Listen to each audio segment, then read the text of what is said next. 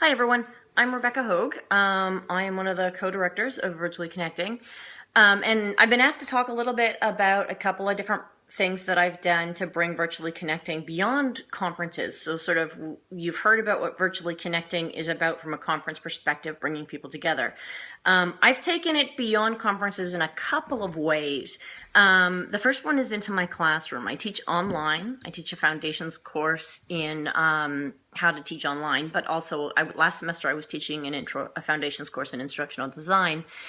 And I was asked to do some synchronous sessions, and I don't typically teach synchronously.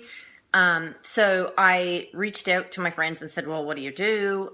Somebody actually, Alan Levine, mentioned that he does sort of a radio show kind of thing. And I was like, okay.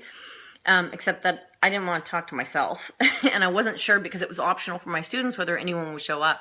So instead I decided to invite a couple of my friends. And one of the readings for the course from the previous instructor had been, what do instructional designers do? And so I decided that instead of having them read about what instructional designers do, I actually brought friends from different fields of instructional design, so from different aspects, into the classroom, and we had conversations. So it was very much like Virtually Connecting, having conversations instead of lectures. However, it was within the context of a closed classroom setting, and my students loved it. They were much better, preferred it much more than listening to someone lecture in a synchronous setting. So that's sort of one way where I've taken that conversation idea and the Virtually Connecting idea and brought it into my teaching practice.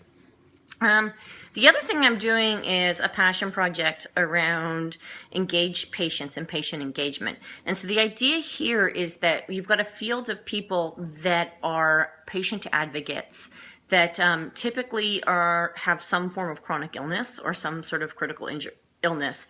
And as a result of that, they're not easy population to travel, right? So when you are dealing with severe fatigue or you're dealing with other barriers, you can't just get together and travel.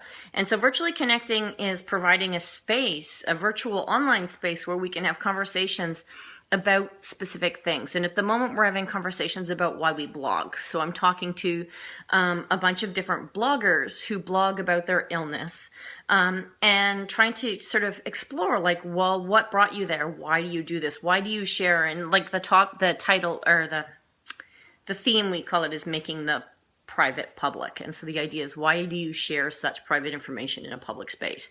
And we have conversations about that, and we're exploring things like digital health literacies and digital citizenship within the context of that health space and that patient advocacy space. And so it's actually becoming a very interesting thing, and that's just another example of how we can take this idea of Virtually Connecting, which is really about online conversations and people, like bringing people together to have conversations that matter, and bringing that into sort of different contexts beyond the educational technology context.